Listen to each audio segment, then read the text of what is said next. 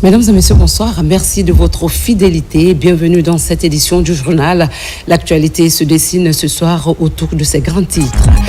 L'éducation socle de la nation, 1 million de manuels pour éclairer l'apprentissage. Le gouvernement renforce les fondations de l'école guinéenne. Un engagement durable pour l'avenir du pays. Guilleré, dans Bokeh, se dote de nouvelles infrastructures de développement, écoles, forages, mosquées et routes communautaires inaugurées dans les villages de Kambia et Kankatiripa. Un engagement de l'entreprise minière Kambia Bauxite Mining. De la banane aux rues de la capitale, à Donka, un nom chargé d'histoire, des plantations au quai d'exportation, un quartier d'une richesse agricole, la mémoire d'une Guinée féconde et ambitieuse dans ce journal. Avant de développer ces titres, nous passons à la lecture d'une série de décrets. Pour ce faire, nous recevons Ibrahima Sori Camara. Bonsoir Ibrahima Sori. Bonsoir Bédina. Bonsoir à tous. Décret D 2026-0007 PRG-SGG portant limosage d'un cadre au ministère des Postes et Télécommunications et de l'économie numérique. Le président de la République, vu la Constitution, vu la loi L 2026-0005 PRG-SGG du 26 janvier 2026 portant nomination d'un Premier ministre chef du gouvernement, vu le décret D 2026-0006 PRG-SGG du 26 janvier 2026 portant structure du gouvernement décrète. Article 1er. Monsieur Mohamed Sita Sissé, directeur national des postes, est limogé pour faute lourde. Article 2. Le présent décret, qui abroge toutes dispositions antérieures contraires, prend effet à compter de la date de sa signature et sera enregistré et publié au journal officiel de la République. Conakry, le 2 février 2026, signé président Mamadi Doumbouya. Décret D 2026-0008 PRG-SGG portant nomination partielle des membres du gouvernement. Le président de la République, vu la Constitution, vu la loi organique LO 2025-042 CNT du 27 décembre 2025 fixant la liste des fonctions civiles auxquelles le président de la République nomme. Vu la loi L 2018-025 AN du 3 juillet 2018 portant organisation générale de l'administration publique. Vu le décret D 2026-0005 PRG-SGG du 26 janvier 2026 portant nomination d'un Premier ministre chef du gouvernement. Vu le décret D 2026-0006 PRG-SGG du 26 janvier 2026 portant structure du gouvernement décrète. Article 1er. Les hauts cadres dont les prénoms et noms suivent sont nommés membres du gouvernement dans les fonctions ci-après. 1. Garde des Sceaux, ministre de la Justice et des Droits de l'Homme, Monsieur Ibrahima Sori de Tunkara. 2. Ministre de l'Administration du Territoire et de la Décentralisation, Monsieur Ibrahima Khalil Condé. 3. Ministre de la Sécurité et de la Protection civile, Général Ahmed Mohamed Ouri Diallo. 4. Ministre des Affaires étrangères, de l'intégration africaine et des Guinéens établis à l'étranger, Dr Maurice Sanda Kouyaté. 5. Ministre de l'économie, des finances et du budget, Madame Mariama Siré Silla. 6. Ministre des Mines et de la Géologie, M. Bouna Silla. 7. Ministre de l'Élevage, M. Félix Lama. 8. Ministre de la Pêche et de l'Économie maritime, M. Fassou Teya. 9. Ministre de l'Enseignement supérieur et de la Recherche scientifique, Dr Diaka Sidibé. 10. Ministre de l'Éducation nationale, de l'alphabétisation, de l'enseignement technique et de la formation professionnelle, M. Alpha Bakar Bari. 11. Ministre de la Culture, du Tourisme et de l'Artisanat, M. Moussa Moïse Silla. 12. Ministre de la Santé et de l'Hygiène publique, Madame Kaïté Sall. 13. Ministre de la Femme, de la Famille et des Solidarités, Madame Patricia Adeline Lama. 14. Ministre de la Jeunesse et des Sports, Monsieur Selou Baldé. 15. Ministre des Infrastructures, Monsieur Fassiné Silla. 16. Ministre des Transports, porte-parole du gouvernement, Monsieur Ousmane Gawal Diallo. 17. Ministre de la Communication, de l'économie numérique et de l'innovation, M.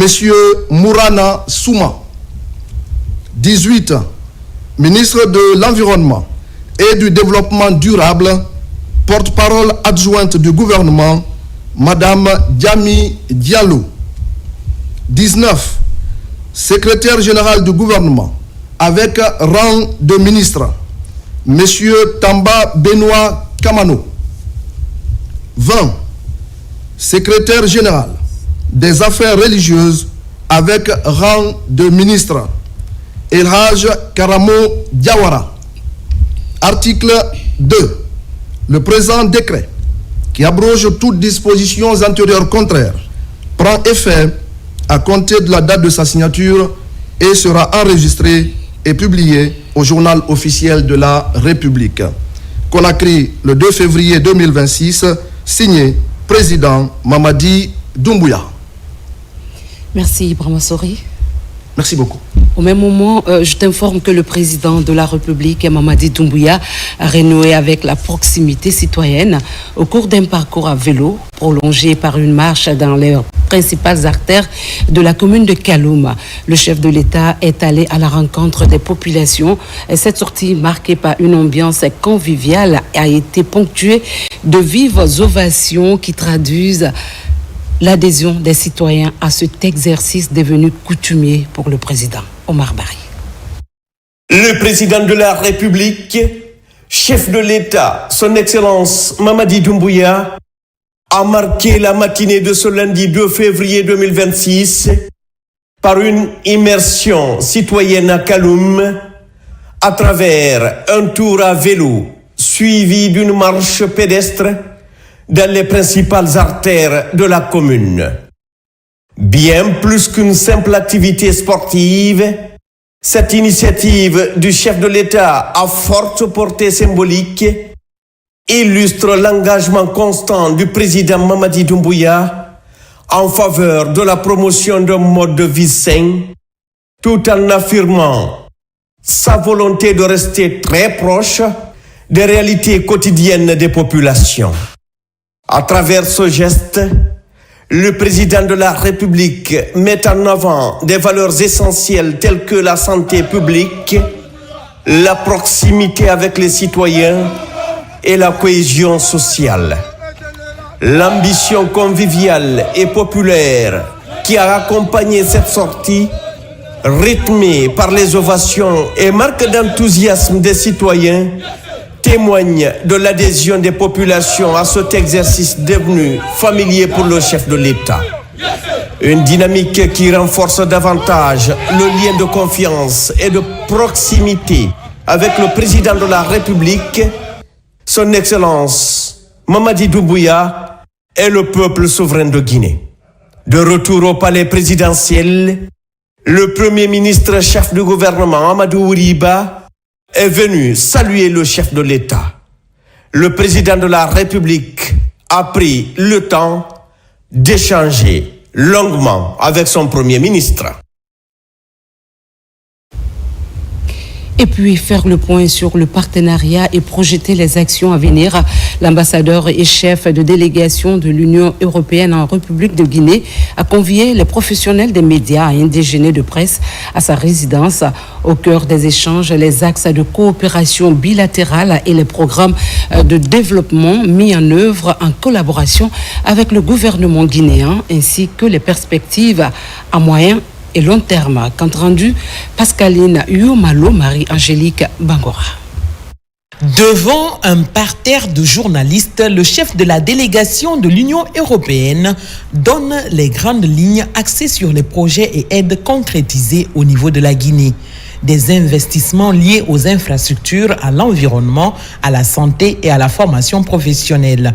Des acquis qui ont permis à l'Union européenne de contribuer à la réalisation de plusieurs projets d'envergure. Dans cette perspective, 2026, un autre objectif, c'est sur l'axe entre Bokeh et la frontière de Guinée-Bissau, un tronçon de 42 km de route qui permettra de rapprocher d'une certaine manière les deux pays en accélérant les flux, en permettant à davantage de biens, mais aussi de personnes, de circuler. Et avec un pont de près de 300 mètres qui va être construit sur la rivière Kogon. Cette question de la connectivité est importante, c'est au cœur d'une initiative européenne de grande ampleur à l'échelle mondiale, Global Gateway, qui vise à favoriser la connectivité dans les pays de notre choix, qui sont nos partenaires, et la Guinée fait partie de ces partenaires. Dans le cadre de la bonne gouvernance,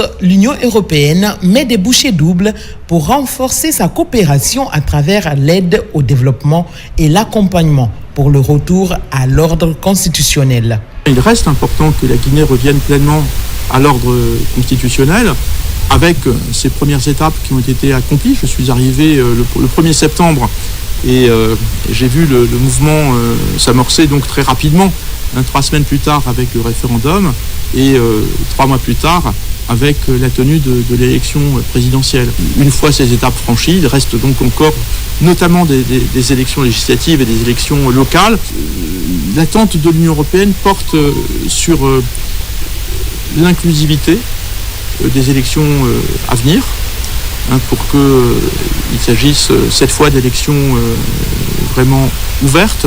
Ce déjeuner entre l'Union européenne et la presse guinéenne a été l'occasion pour l'institution de réitérer une fois encore son engagement à accompagner les autorités dans la mise en œuvre de leur stratégie de développement en cours dans le pays. Avant de poursuivre cette édition, nous vous donnons le contenu de ce communiqué conjoint ministère de la Sécurité et de la Protection civile et ministère des Transports. Dans le but de renforcer la fluidité de la chaîne logistique et l'évacuation des marchandises au port autonome de Conakry, le ministère des Transports et le ministère de la Sécurité et de la Protection civile informent les usagers de la route de la levée totale des restrictions de circulation des camions gros porteurs à partir du 1er février 2026 à 8h jusqu'au 31 mars 2026 à 23h59. La direction centrale de la police routière et le syndicat des transporteurs sont invités à prendre toutes les dispositions adéquates pour assurer la sécurité et la fluidité de la circulation. Conakry, le 1er février 2026, ont signé le secrétaire général du ministère des Transports et le secrétaire général du ministère de la Sécurité et de la Protection civile. Et cet autre communiqué émanant du port autonome de Conakry à l'intention de mesdames et messieurs membres de la communauté portuaire de Conakry et l'ensemble des usagers du PAC, La Direction générale du port autonome de Conakry informe l'ensemble des acteurs de la communauté portuaire et les opérateurs économiques de la prorogation de la levée des surestaries et des pénalités sur les produits importés et exportés au port autonome de Conakry jusqu'au 31 mars 2026. À cette occasion, les services compétents sont invités à prendre toutes les dispositions adéquates pour l'exécution immédiate de la présente mesure. Conakry, le 1er février, signé le directeur général. Former des jeunes engagés au service de la nation, la cérémonie de lancement de la formation civilo-militaire en faveur des aspirants au service de volontariat national s'est tenue ce lundi. Ils sont 300 jeunes volontaires à entamer une formation intensive de 10 jours, prélude à leur déploiement sur le terrain. Cette initiative vise à renforcer l'esprit citoyen de la jeunesse et à appuyer les actions de développement communautaire sur toute l'étendue du territoire national. Djaray Diallo. Après les étapes de Kankan et Kindia, Conakry accueille à son tour cette formation civilo-militaire. Elle est initiée par l'Agence nationale de volontariat jeune. Pour cette étape, 300 jeunes sont concernés. Pendant les 10 prochains jours, ils vont bénéficier d'une formation axée sur des thématiques liées aux notions de civisme. Une étape importante pour inculquer des règles qui devront guider ces jeunes sur le terrain. J'avais donc été retenu suite à un déploiement serré et encadré. En face des formateurs responsables aguerris, je vous invite à un échange fructueux, une attention soutenue pour une meilleure appropriation des modules.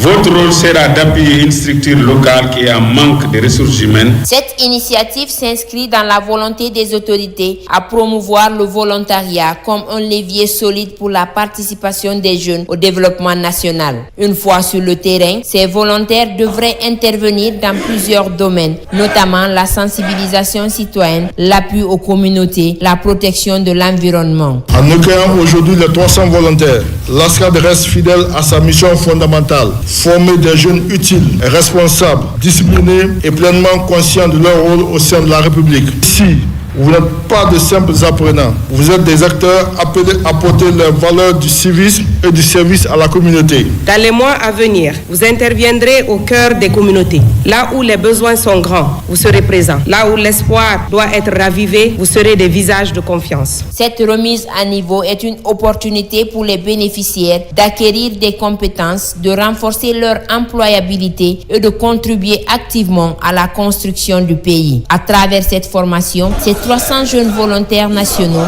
deviennent désormais des acteurs clés du développement local et pour la promotion des valeurs citoyennes.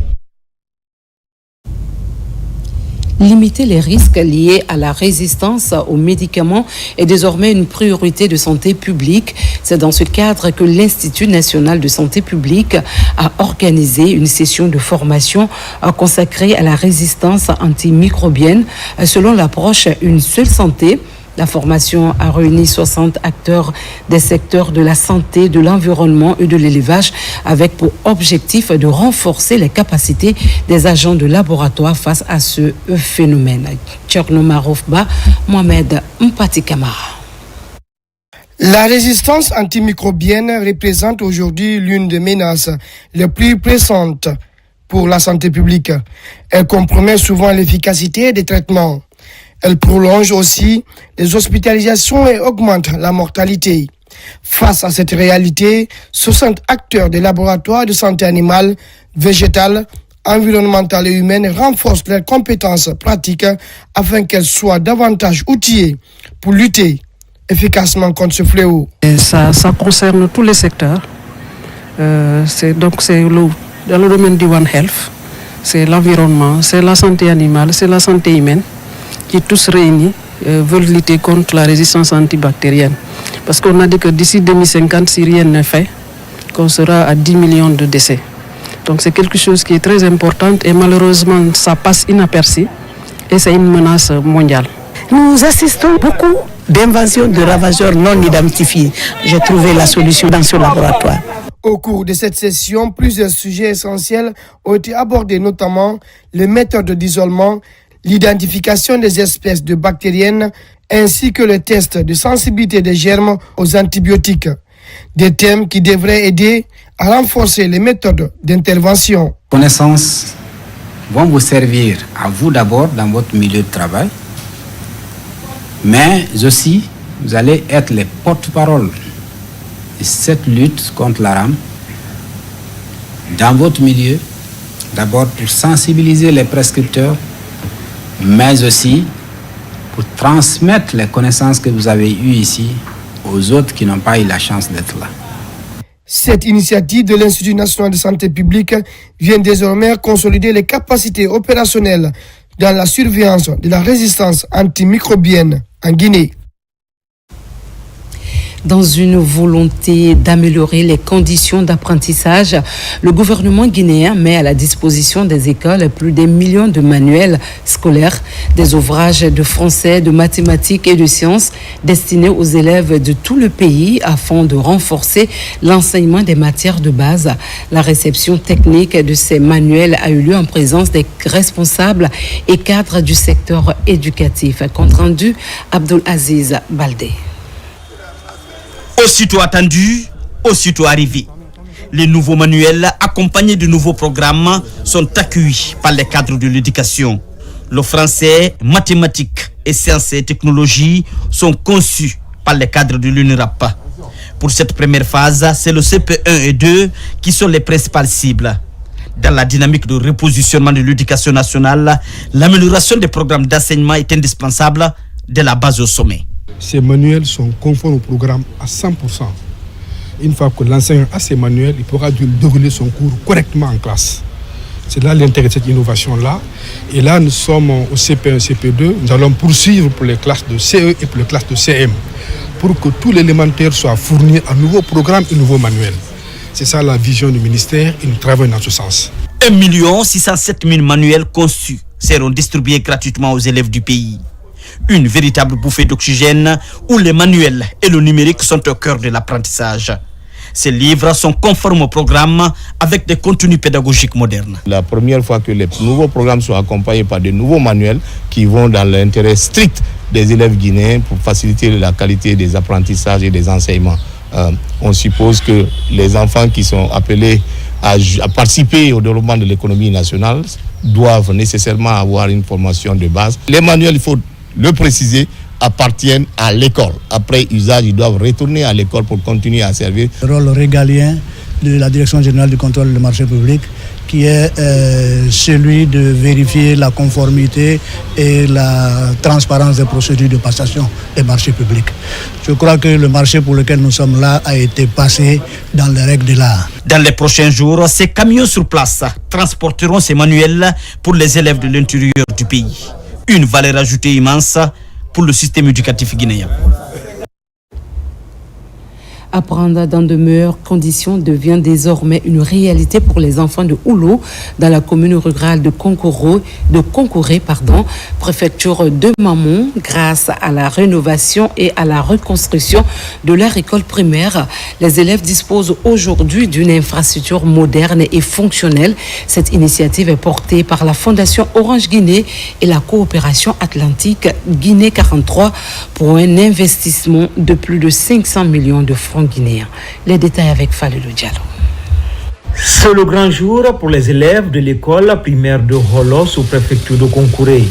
Ils disposent désormais des bâtiments flambant neufs pour les cours, 1 heure de jeu pour les enfants pendant les différentes récréations, des logements pour les enseignants et autres équipements connexes. Cette école a été créée en 1992 par la communauté de Holo, dont j'ai été parmi les élèves de la première promotion. Maintenant, grâce à la refondation Orange Guinée et au leadership du président de la République, cette école est enfin rénovée.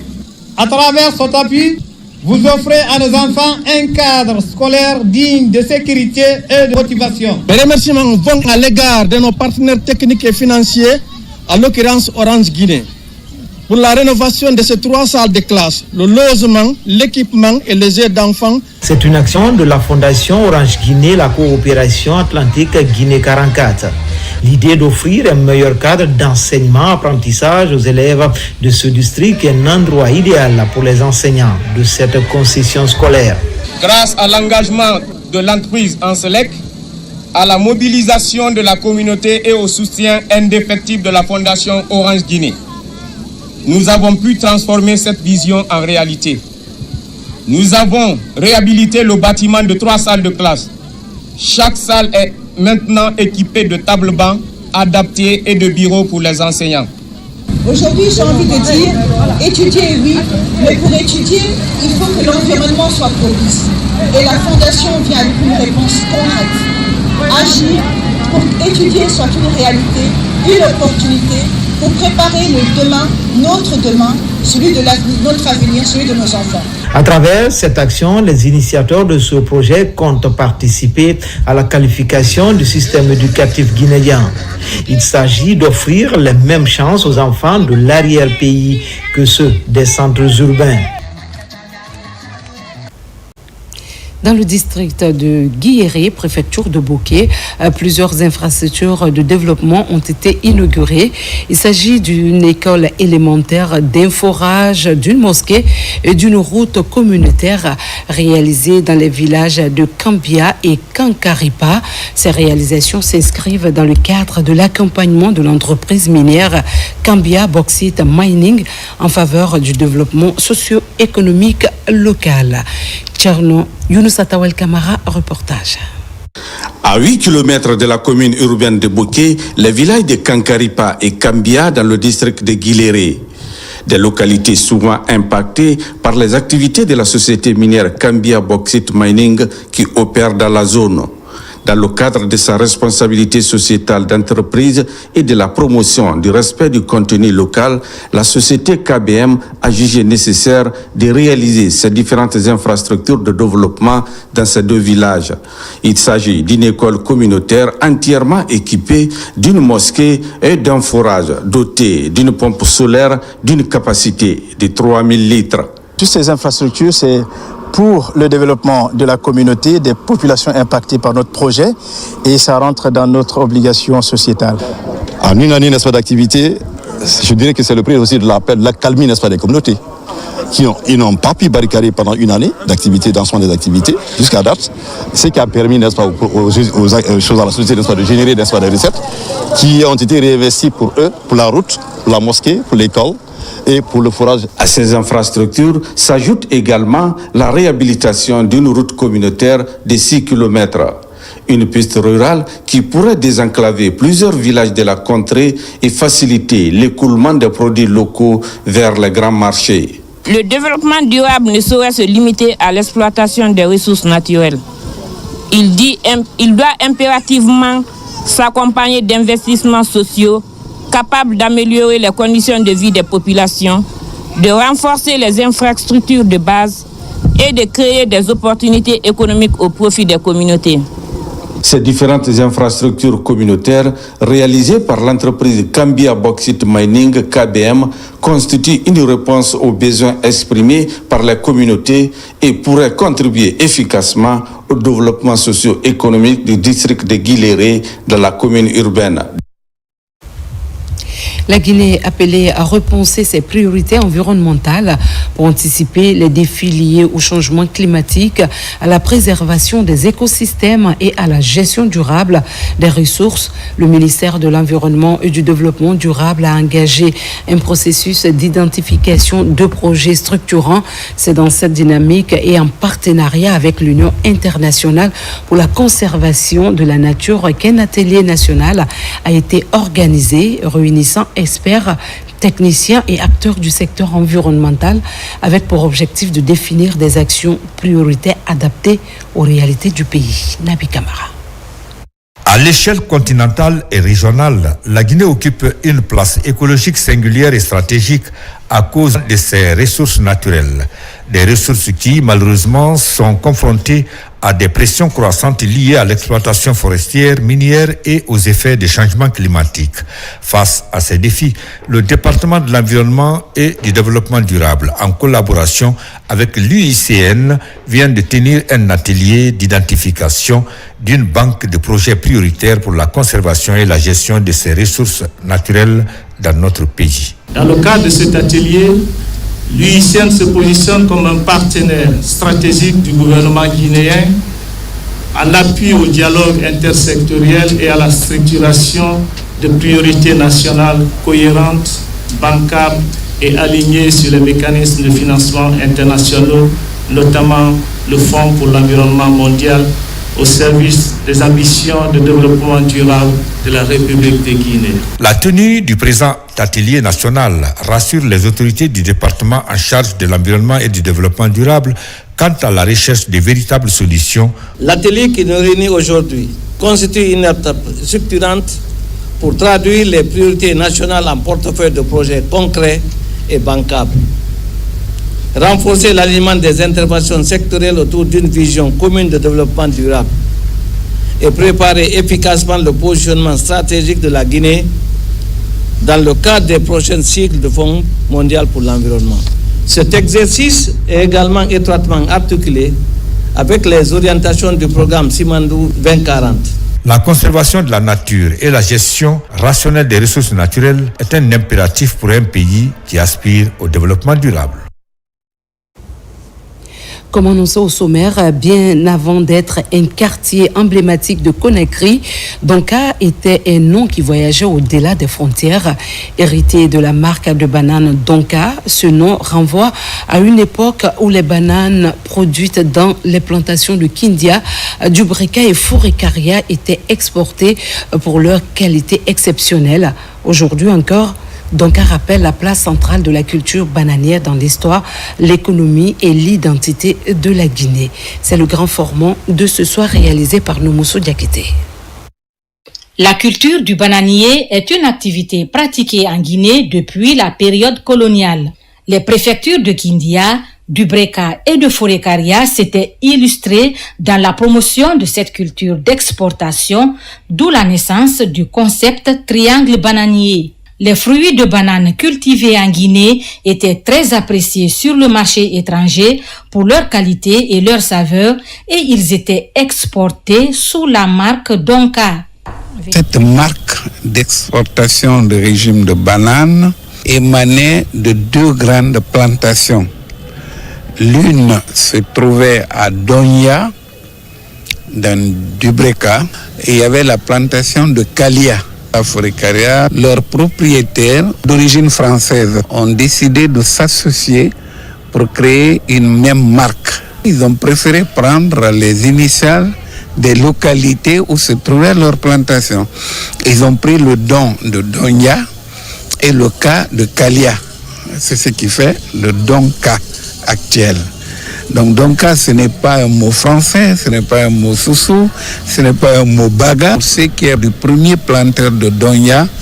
Il a été à l'origine aussi de l'introduction du premier camion en Guinée qui fonctionnait au gazogène. Les locaux l'appelaient Farang parce qu'il a été l'un des premiers à payer ses ouvriers agricoles en espèces sonnantes. Ainsi, l'endroit où était entreposée la marque de banane Donka a progressivement donné son nom à toute la zone. Pourquoi on appelle cette zone Donka? C'est que l'entrepôt de la marque Donka se trouvait dans l'enceinte de l'actuelle garde républicaine. Au fond, se trouvaient les magasins. C'est là qu'on déposait les caisses de bananes à exporter.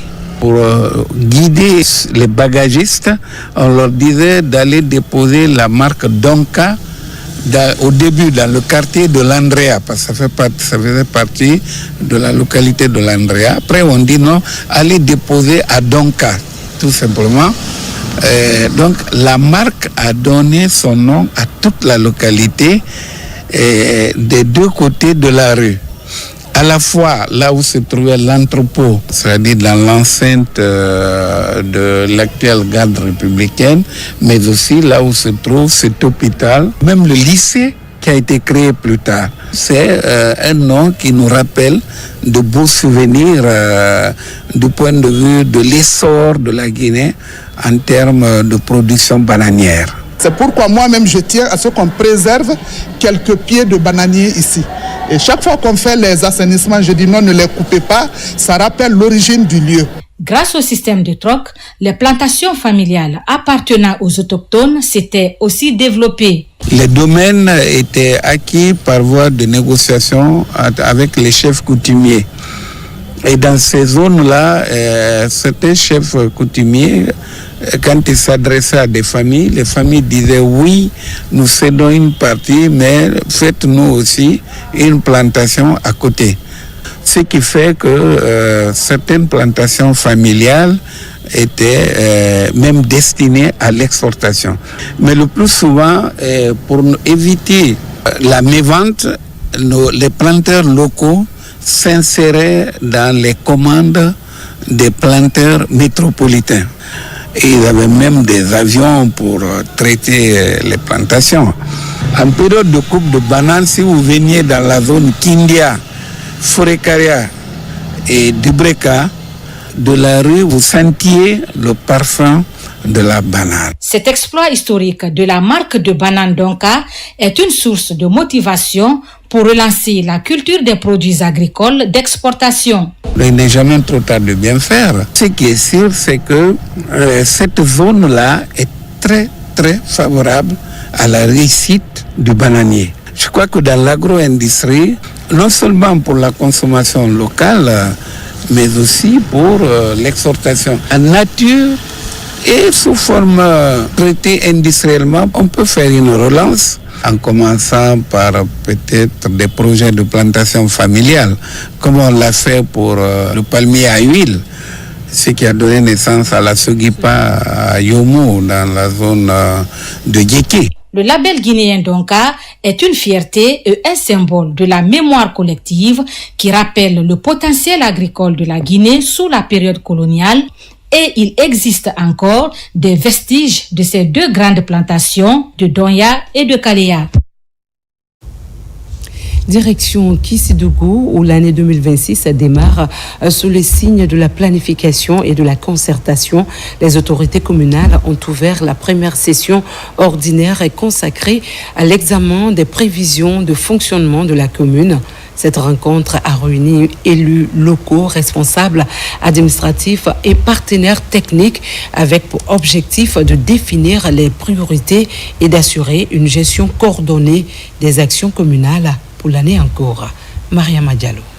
C'est dans cette salle des célébrations de la commune urbaine de Kissidougou que s'est ouverte la première session ordinaire au titre de l'année 2026.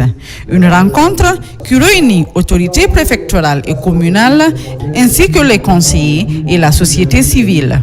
Au cœur de la session, la projection du fonctionnement de la commune à travers l'examen des prévisions budgétaires et des propriétés de gestion pour l'année 2026. Cette retrouvaille est obligatoire. Puisque notre mission régalienne, nous avons d'abord au départ visité nos 25 quartiers à titre d'information et de sensibilisation de part et d'autre. Donc des échanges pour que la base puisse nous exprimer leurs besoins par priorité. Personne n'est parfait. Donc si tu ne consultes pas, tu resteras toujours bloqué. Un exercice essentiel qui permet aux participants de définir les grandes orientations de fonctionnement de la commune et de planifier les actions prioritaires au bénéfice des populations. C'est une session qui se tient dans un climat de confiance et de convivialité, puisque ça permet de poser les diagnostics réels de Kissidougou en vue de trouver des solutions idoines au développement socio-économique et culturel de Kissidougou. Il y a de quoi se réjouir parce que les populations de la commune urbaine y trouvent leur compte.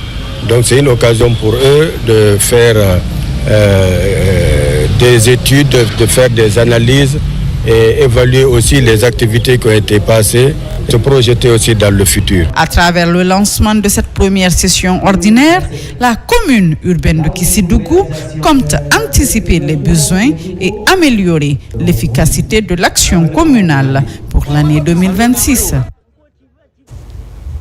Dans un autre registre, à Kankan, la couture devient un véritable levier d'autonomisation pour de nombreuses jeunes filles non scolarisées.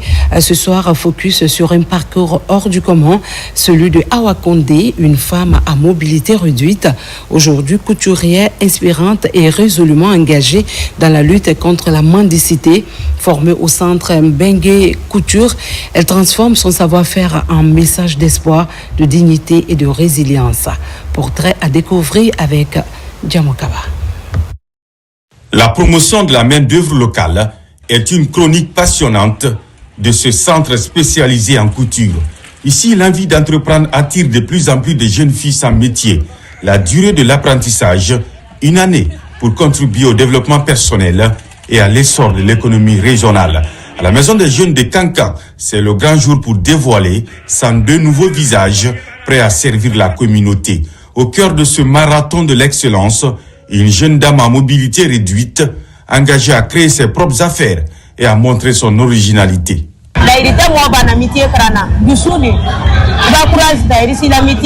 Malgré mon handicap, j'ai osé pour ne pas quémander. Morikoita Bengue est mon maître. Merci également pour le geste.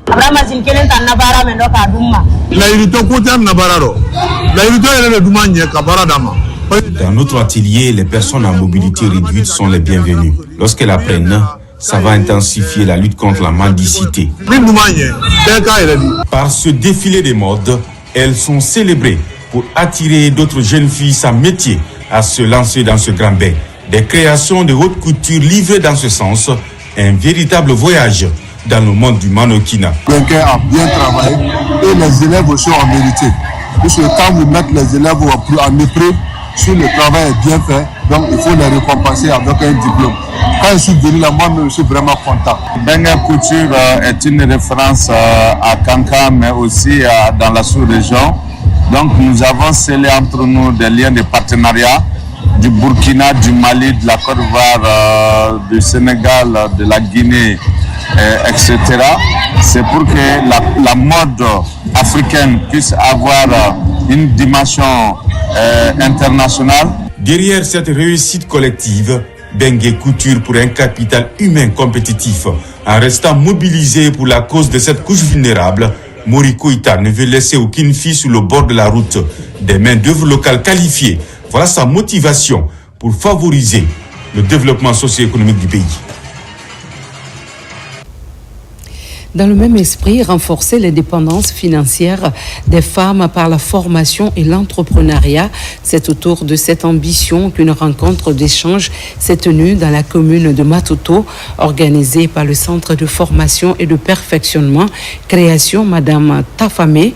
Cette initiative vise à accompagner les couturières vers une meilleure autonomisation économique en leur donnant les outils nécessaires pour assumer leurs charges et développer leur activité. Mikini Moussa Kamara, Marie-Angélique Bangora. Encourager le talent, récompenser l'excellence et propulser les jeunes filles et les femmes vers l'autonomisation, ce sont des principales missions assignées au Centre de formation et de perfectionnement Création Madame Tafamé, une structure qui existe depuis 32 ans. Grâce à la formation professionnelle des jeunes filles et femmes vulnérables, y compris celles en situation de handicap, acquièrent une indépendance financière. Il n'y a pas de sous-métier. Donc, avant, la couture était négligée. Mais aujourd'hui, les couturiers peuvent s'organiser en entreprise et peut aider beaucoup les femmes. Donc, vraiment, j'invite les femmes. Au lieu de mettre les plateaux sur la tête, se promener, si tu as un métier, c'est plus garanti. Les dispositions sont à prendre au niveau de la direction, surtout dans le cadre de la mise en œuvre de la stratégie nationale de développement et de la formalisation du secteur de l'artisanat, pour que vraiment les institutions puissent nous aider afin de permettre à ces filles-là vraiment de se prendre en charge et devenir autonomes. L'autonomisation des couturières est un levier clé de l'entrepreneuriat féminin et de la réduction du chômage. Non, nous encourageons ce métier, surtout c'est un métier vraiment prometteur qui sert à insérer les jeunes, que ce soit les jeunes garçons ou les jeunes filles. Et nous encourageons l'élan qu'on a pris en 2025 et on va suivre le même élan cette année encore en 2026. Le secteur de la mode en Guinée encourage la modernisation des techniques de couture pour une meilleure compétitivité. À la page religieuse, c'est dans un esprit de foi et de responsabilité collective qu'une conférence islamique s'est tenue à Conakry dans une atmosphère de recueillement, de prière et de fraternité. Accueillie au Palais du Peuple, cette rencontre a invité les fidèles musulmans à s'engager activement dans la consolidation de la paix et de la réconciliation nationale en Guinée. Les femmes et les jeunes ont été associés à cette initiative portée par la famille musulmane de Guinée, œuvrant pour la quiétude sociale, le respect mutuel et le vivre ensemble. Abakar Djabi. La vulgarisation des principes islamiques, axés essentiellement sur le vivre ensemble et l'amour du prochain, reste au cœur des activités de la structure dénommée Famille musulmane de Guinée, Famougi. Dans cette salle du Palais du Peuple, elle vient de mobiliser ses co-religionnaires musulmans pour véhiculer des enseignements coraniques. Il s'agit notamment d'échanger sur la consolidation de la paix et la réconciliation nationale en Guinée. Le thème retenu est la place des femmes et des jeunes dans la consolidation de la paix en islam. La paix ne se décrète pas. Elle se construit par l'éducation, le respect, la justice et la responsabilité. C'est la 7e édition de cette conférence islamique. Elle regroupe un nombre important de fidèles musulmans pour rappeler les valeurs de la paix et de la cohésion sociale. Ce que je demande aux Guinéens, alhamdoulilah rabbil alamin, c'est de préserver les 4 piliers même de la paix. La vérité, qui est très important, la justice, et qui est très important, l'amour aussi, et la liberté. Donc avec ça, la Guinée peut aller de l'avant. Je formule le vœu que cette conférence soit une source d'enseignement bénéfique pour tous et qu'elle contribue à l'éclair nos consciences, à renforcer notre engagement pour un islam de sagesse, de tolérance et de responsabilité. Durant de longues heures, les conférenciers ont élucidé les participants sur les écrits du Saint-Coran basés sur le respect mutuel et la foi islamique. Chaque participant accorde un intérêt particulier au message véhiculé pour consolider le tissu social et la paix en Guinée. À la même page, l'Église universelle célèbre la journée mondiale de la vie consacrée dans l'archidiocèse de Conakry. La célébration s'est tenue à la paroisse Saint-Jacques de Lambaye. À cette occasion, les religieux et religieuses se sont retrouvées autour d'une conférence spirituelle portant sur le thème « La routine dans la vie religieuse ». La journée s'est poursuivie par une messe d'action de grâce dédiée au cheminement vocationnel et au témoignage de la vie des consacrés. Marie-Simone Noël Tono, Robert Bangora, reportage. À chaque 2 février de chaque année, l'Église catholique célèbre la fête de la présentation de Jésus au Temple. Cette journée mondiale de la vie consacrée est instituée par le pape Saint Jean-Paul II depuis le 6 janvier 1997. À l'archidiocèse de Conakry, c'est ce dimanche 1er février que les fidèles ont célébré la solennité précédée d'une conférence sur le thème « La routine dans la vie religieuse ». La vie de foi des personnes consacrées n'est pas une vie de routine où tout recommence, frères et sœurs, comme si l'on tournait en rond dans un cercle. Elle est plutôt une vie de croissance spirituelle et humaine, semblable à une spirale, de telle sorte que nous croissions jusqu'à la contemplation des réalités d'en haut. La journée s'est poursuivie par cette messe placée sous le signe de l'action de grâce. Ils sont au total 32 religieux présents, tous membres d'une congrégation de l'archidiocèse de Conakry. Nous rendons grâce à Dieu pour les femmes et les hommes qui ont choisi de suivre le Christ de plus près à travers les conseils évangéliques, qui ont répondu à l'appel du Seigneur en venant travailler dans sa vigne qui est à Conakry. Bien qu'en droit, tout chrétien soit consacré au Christ par son baptême, ceux-là ont choisi un engagement public plus radical. Cette journée met en lumière leur rôle dans la vie consacrée qui enrichit et réjouit l'Église par la multiplicité des charismes. Je suis religieux depuis 40 ans. Cette journée nous permet de renouveler notre engagement au Seigneur. C'est un moyen pour nous d'enlever la poussière qu'il y a sur nous. Et pour revêtir d'hommes nouveaux, prêts à rebondir pour partir encore en mission. La messe s'est clôturée par l'imploration de Dieu à donner de nombreuses vocations religieuses et sacerdotales par l'intercession de la Vierge Marie à travers 3 Ave Maria. Et pour finir, renforcer l'accès aux soins de santé en milieu insulaire, l'Église anglicane de Guinée vient d'offrir un dispensaire moderne aux populations de l'île de Fotoba. Cette infrastructure sanitaire construite et entièrement équipée sur fonds propres a été officiellement remise par l'archevêque anglican de Guinée. La cérémonie s'est déroulée en présence de nombreuses personnalités et des populations bénéficiaires venues saluer une initiative à fort impact social. Nos reporters Robert Siditono et Mohamed Yansane étaient sur place. L'île de Fotoba, cette localité de plus de 2000 habitants, manque depuis de plusieurs infrastructures socio-économiques de base. Sur le plan sanitaire, par exemple, la gestion et le traitement des malades étaient devenus une véritable casse-tête pour ces populations insulaires. D'où la construction de ces dispensaires modernes sur fonds propres de l'Église anglicane de Guinée pour inverser les tendances. Une manière d'accompagner le gouvernement dans ses efforts de développement à la base. L'inauguration de cette structure de santé qui porte désormais le nom de Dr William Sawyer a eu lieu ce dimanche en présence des fils et filles du terroir massivement mobilisés. L'une des missions de l'Église aussi, c'est de participer au bien-être des fidèles. Ce n'est pas seulement venir célébrer les messes, prêcher la bonne nouvelle, mais l'Église dit aussi que elle peut contribuer.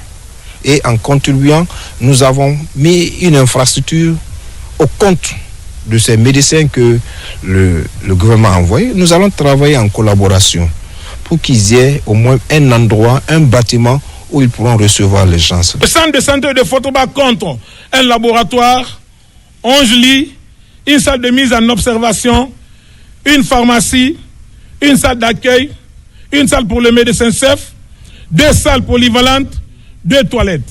Nombreux sont des citoyens qui se disent déjà soulagés par ces gestes. Le nom qu'il porte est le nom de mon beau-frère qui a fait beaucoup pour l'île et qui est décédé il y a plus d'1 an.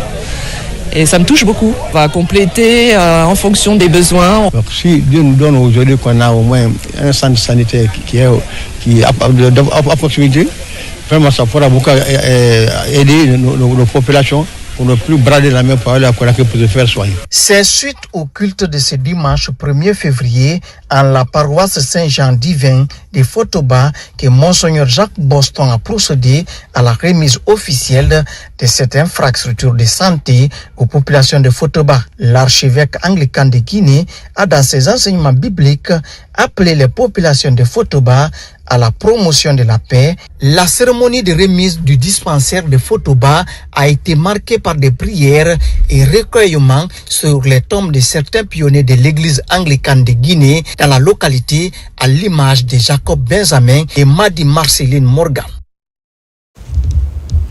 C'est ici qu'on s'arrête. Merci de nous avoir suivis. Continuons d'avancer ensemble pour la Guinée, notre paradis, terre de richesse et d'innovation. Excellent suite de programme sur la chaîne qui a pour mission de vous servir. Bonsoir.